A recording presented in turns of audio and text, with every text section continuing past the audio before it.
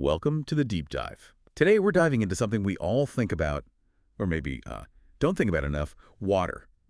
Specifically, how much we actually need, and its surprisingly central role in our gut health. We've all heard that 8 glasses a day rule, right? Oh, yeah, definitely. But is that really the best advice? Yeah. Especially, when it comes to keeping our digestive system running smoothly. That's really the core question we're tackling today. Yep. It's so easy to overlook, but proper hydration is much more than just quenching thirst. It's a cornerstone of a healthy gut. Right. So we're going to try and cut through some of those common myths, look at what the current U.S. recommendations actually say, and most importantly, help you figure out your own individual hydration sweet spot. Exactly. Think of this as your personalized guide to understanding how to hydrate for a happier gut and just better overall health. Yeah. Especially navigating our busy lives here in the U.S. where, honestly, staying on top of these seemingly small things can make a huge difference. It really can. And we've got the perfect guides for this deep dive. Dr. Emily Carter, a board-certified physician with a special focus on that powerful connection between our daily habits and gut health right here in the U.S. Welcome. Thanks so much for having me. Really looking forward to digging into this. Great. So in a previous deep dive, we talked a lot about fiber, amazing stuff for the gut. Today, we're kind of turning the tap to hydration. Could you maybe paint a picture for us? Why is getting enough water just so absolutely crucial for our digestive system? Absolutely. Water's role in the body is it's vast, and the gut is certainly no exception. One of its most direct roles. It's in softening stool. Right. I mean, think about it. Without enough water, things can get, sluggish, a bit stuck. Right. Makes sense. And this is a major factor in preventing constipation. That's something that affects, believe it or not, around 15% of the U.S. population, so it's common. Oh, 15%. Yeah. But it goes deeper. Adequate hydration also helps maintain a healthy balance of the gut microbiome. Those trillions of bacteria and other tiny organisms living in your gut. The good bugs. Exactly. They're crucial for health. And water also acts like the essential delivery truck for all the nutrients your gut works so hard to pull out of your food. Oh, okay. It's the medium, the solvent, that allows vitamins and minerals to actually move from your digestive system into your bloodstream where your body can use them. Without enough water, that whole process just becomes way less efficient. That really clarifies things. So we know fiber is like that scrub brush for the system. How does water partner up with fiber then to keep things moving effectively? That's a fantastic analogy, the scrub brush. Think of fiber as needing water to sort of activate its power. Okay. Many types of fiber, especially soluble fiber, act like a sponge. They literally absorb water. Right. So if you're eating a really high fiber diet, which is great, but you're skimping on water, it can actually backfire. It can lead to discomfort, even more constipation sometimes. Oh, interesting. Didn't realize that. Yeah, water is particularly vital for soluble fiber because it helps it form this kind of gel. Yeah, this gel consistency is key for the smooth passage of waste through your intestines. Imagine like a well-lubricated conveyor belt in a factory. Okay, I can picture that. Water provides that lubrication, making sure everything moves along smoothly and at the right pace. So they really are a dynamic duo for, optimal gut health. You need both. Got it.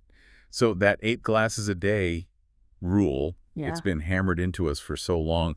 But what are the actual sort of official recommendations here in the U.S. now?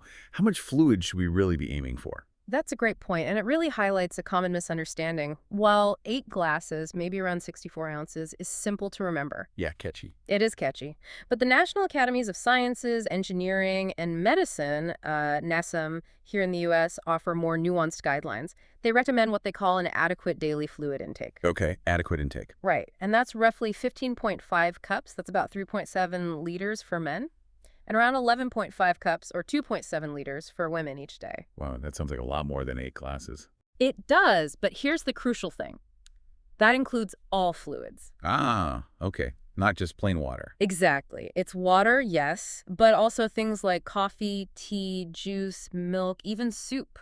And this is important. It includes the water content in the food we eat. Food. How much comes from food? Typically, around 20% of our daily fluid intake actually comes from the foods we consume.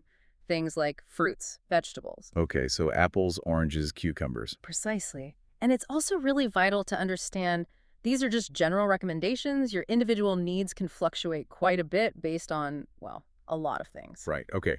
So it's definitely not a one-size-fits-all number then. What are some of those major factors that can really change how much water someone needs? Especially thinking about, the diverse lifestyles and environments we have across the U.S. Yeah, absolutely. There are several key factors listeners should really be mindful of. First, activity level. That's a big one. Makes sense. Exercise, sweat. Exactly. Someone who's really active, maybe intense gym workouts in, say, Miami, or tackling challenging hikes out in the Rockies, or even just doing physically demanding outdoor work under the hot Texas sun, they're going to need significantly more water than someone with a more sedentary desk job. Sure. Second, the climate you live in. Huge factor. Think about the difference between the dry heat of Arizona versus the humid Southeast. Oh, yeah.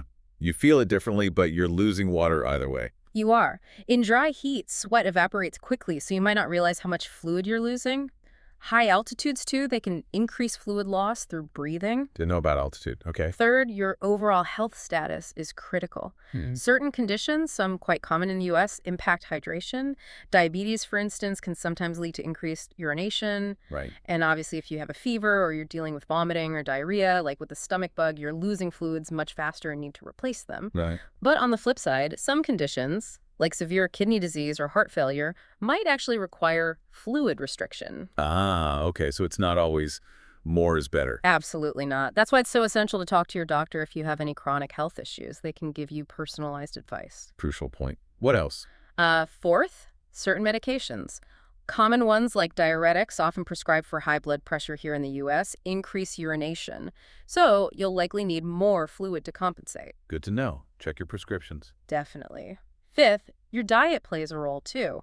While it's not usually the main source, the water content of your food matters. Eating lots of water-rich fruits and veggies, think watermelon, spinach, celery, helps contribute to your total intake. A little hydration boost from food. Exactly. And finally, pregnancy and breastfeeding significantly increase fluid needs. You're supporting yourself and a growing baby, or producing milk, so hydration is extra important then. Wow. Okay. That's quite a list of variables. So given all that, are there some maybe simpler ways for us here in the U.S. to get a good ballpark estimate of our own personal needs? Using measurements we actually use, like ounces or cups? Yeah, absolutely. The single most important thing, listen to your body. Thirst, right? Thirst is your built-in hydration meter. It's your body's way of clearly saying, hey, I need some fluids. Don't ignore it. Okay, number one, pay attention to thirst. Number two, and this is really easy, check the color of your urine. Ah, the pee test. The pee test, it works. Yeah. Ideally, it should be a pale, straw-like yellow. If it's consistently dark yellow or amber-colored, that's usually a strong sign you need to drink more water. Simple visual cue. Got it. And then there's a general guideline some people find helpful, kind of a starting point. Take your body weight in pounds, divided by 2. That number is roughly the number of ounces of water you might aim for each day. Okay, so if I weigh 160 pounds, Yeah. divide by 2, that's 80. So 80 ounces. Around 80 ounces, yeah. Which is about 10 U.S. cups. But please remember, this is just an estimate. Just a starting point. Exactly. Your actual needs will change day to day based on your activity, the weather, everything we just discussed. Ultimately, tuning into your thirst and urine color, along with just a general awareness of these factors, is really your most personalized hydration guide. That makes sense. It's about being mindful, really. Precisely. So when we're thinking about hydrating specifically for a healthy gut, what are the best choices? What drinks are easily accessible here in the U.S.? And maybe just as importantly, are there common drinks we should be a bit more cautious about? Great question. When it comes to optimal hydration, especially for gut health, plain old water is still king. Can't beat water. Nope. Whether it's from your tap, assuming it's safe, of course, or you use a filter or get bottled water, it's the purest, most effective hydrator, readily available everywhere in the U.S. Okay. What else is good? Unsweetened herbal teas are also fantastic options. Things like peppermint, ginger, chamomile. They hydrate you. And some might even offer some soothing gut benefits themselves. Nice. Double duty. Yeah. On the other hand, you really want to be cautious with sugary drinks. And unfortunately, these are super prevalent in the typical American diet. Sodas, sweetened iced teas. Exactly. Fruit juices with lots of added sugar, sports drinks when you're not actually doing intense exercise. Why are they so great for the gut? Well, excessive sugar can really disrupt the delicate balance of your gut microbiome. It can feed the less beneficial bacteria, potentially leading to inflammation and other issues. It's just not great for gut harmony. Okay, limit the sugar bongs. What about caffeine? Coffee, energy drinks. Moderate caffeine intake is generally fine for most people, but coffee and some energy drinks can have a mild diuretic effect, meaning they make you pee a bit more. So they can dehydrate you. Not necessarily dehydrate you overall if you drink them in moderation, but it means you should definitely make sure you're also drinking enough plain water to compensate. Don't rely on caffeinated drinks as your primary hydration source. Got it. Balance is key. And one more thing, while not directly dehydrating, it's worth noting that a diet high in highly processed foods, common in the US, tends to be low in both water and fiber. Ah, the double whammy. Right. And that combination can negatively impact gut motility, how smoothly things move through your system. It contributes to that sluggish feeling we talked about. Okay, makes sense. So what are some of those telltale signs, then, that someone listening might not be getting enough water? Particularly signs related to their digestion. What should we be paying attention to in our own bodies? Yeah, some of the early signals from your gut that it might be feeling the effects of dehydration, well, constipation is a big one, or even just consistently hard to pass stools. Okay. You might also notice you're feeling more bloated than usual. Bloating, too. Oh. Interesting. Yeah. And interestingly, that general feeling of afternoon fatigue, that slump so many people in the U.S. experience, sometimes that can actually be a subtle sign of dehydration impacting your energy levels and maybe even your digestive processes. Huh. I was just blamed my lunch. Could be lunch. But dehydration is definitely a possible contributor worth considering. And of course, the more classic signs are important too. Headaches, a dry mouth or sticky feeling in your mouth, and simply not peeing very often, or noticing that darker urine color we mentioned. Right. If you're consistently noticing these symptoms, especially the digestive ones like constipation or bloating, it's definitely a signal.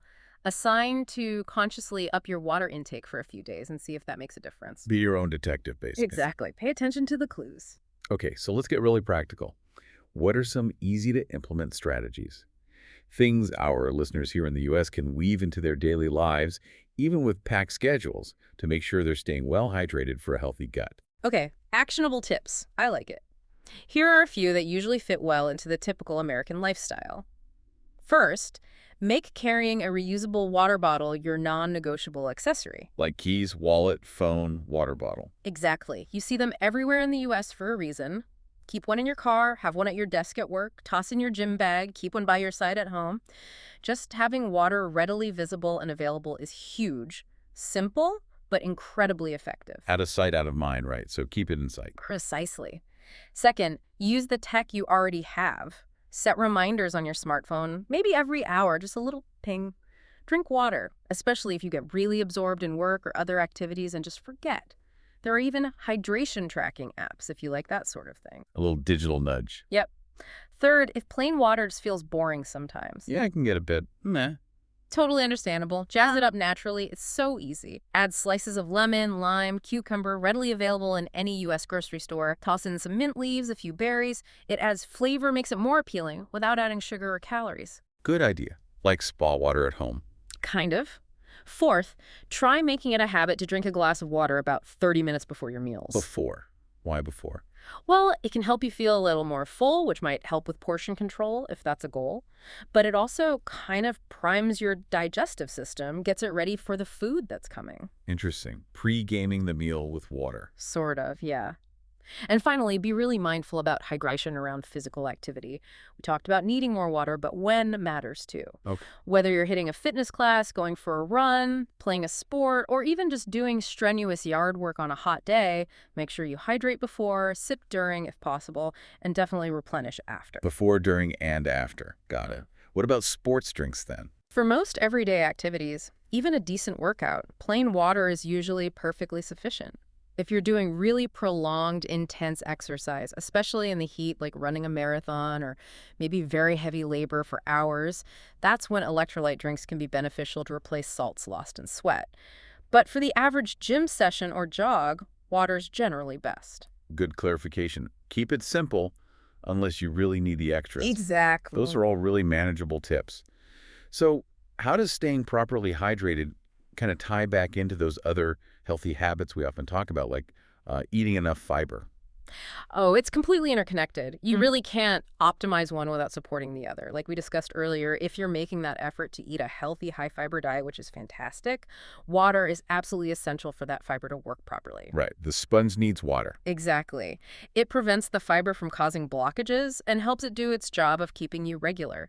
Being well hydrated also directly impacts your energy levels. So? When you're properly hydrated, you're just less likely to feel that fatigue, that afternoon slump. And when you have more energy, guess what? It's easier to stick to your exercise routine. It's easier to find the motivation to cook healthy meals instead of opting for quick processed stuff. It's a positive cycle. It really is. And furthermore, remember the nutrient delivery truck. Water is crucial for absorbing all the beneficial vitamins and minerals from the healthy foods you're eating. If you're dehydrated, you might not be getting the full benefit from your healthy diet. So hydration isn't just about fluid balance, it's foundational. It helps everything else work better. That's a perfect way to put it. It's a foundational element supporting all aspects of your overall wellness. That delivery truck function is key. Okay, so most of the time, just being mindful and using those tips should keep us on track. But when should listeners maybe start to get a bit more concerned? When should they think about reaching out to a healthcare professional here in the U.S. for some guidance on their hydration? Yeah, that's important. It's always wise to seek professional medical advice if you're experiencing persistent and concerning symptoms. Things like extreme, unquenchable thirst that doesn't go away even when you drink. Okay. Or consistently dark urine despite consciously trying to increase your fluid intake.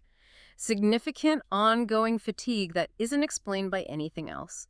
Feeling dizzy or lightheaded frequently, or experiencing confusion. Confusion, really? Yes, severe dehydration can affect mental clarity. Also, a noticeable and prolonged decrease in how often you're urinating. If any of these are happening persistently, it's definitely time to check in with a doctor. Don't just try to tough it out. Please don't. And this is particularly crucial if you have any pre-existing health conditions we mentioned earlier, like kidney disease, heart failure, diabetes, or if you're taking medications that can affect your body's fluid balance, like those diuretics. Right, the context matters. Absolutely. Your doctor can provide personalized recommendations tailored specifically to your health situation, considering your whole picture. They can help you navigate any concerns within the U.S. healthcare system and make sure you're hydrating safely and effectively for your specific needs. Excellent advice. Okay, so just to sort of bring it all together from our deep dive today, we've learned that while that old 8 glasses a day saying is, familiar, the current U.S. guidelines really point towards a much more personalized approach. We need to consider all the fluids we take in, from water and tea to the water in our food. Exactly. That total fluid picture. And we've really underscored just how vital proper hydration is for a healthy gut, from making things run smoothly. Softening stools, preventing constipation. Right. To supporting that crucial gut microbiome, those good bacteria. Keeping them happy and balanced. And making sure our bodies can actually absorb the nutrients from our food, especially important if we're eating a good fiber-rich diet. Absolutely. Water activates that fiber power. And we've reminded everyone that paying attention to your own body, listening for thirst, checking urine color, those are really key indicators for figuring out your individual needs day to day. That tuning in is essential. It's your most personalized guide. Couldn't agree more. And I guess my key takeaway for everyone listening across the U.S. today is simply to become more mindful of your daily fluid intake. Don't overthink it necessarily, but be aware. Start with those small, achievable steps we talked about. Like carrying the water bottle. Exactly. Carry the bottle. Set a reminder if you need to. Make a conscious effort to sip throughout the day. Even these small, consistent increases in water consumption can have a really significant positive ripple effect on your gut health and just how you feel overall. Think of water as that activator, that enabler for so many good things happening in your body. Fantastic and very practical advice. Thanks for breaking that down. For those of you listening who want to maybe dig even deeper or find more information, there are some excellent, trustworthy U.S.-based resources out there. You can find a wealth of information at the Centers for Disease Control and Prevention, that's cdc.gov. Also, the National Institutes of Health at NICE.gov, and the American Heart Association over at heart.org. All great places for reliable, evidence-based health info. Definitely good resources. And please do join us next time for another deep dive. We'll be exploring the power of probiotics, choosing the right ones for your gut health, specifically looking at the U.S. market. Ooh, probiotics. That's a confusing topic for many. It really can be. So we'll try to demystify the world of probiotics, offer some guidance on how you might select the best options available in U.S. stores to really support a thriving gut microbiome. You won't want to miss it. That's great. Looking forward to that one. Well, thank you so much again for sharing all your valuable insights with us today on the deep dive and really shedding light on this fundamental but often overlooked aspect of our health. My pleasure. It was great discussing it. And to all of you listening out there, stay hydrated, stay healthy, and we'll catch you next time on the deep dive.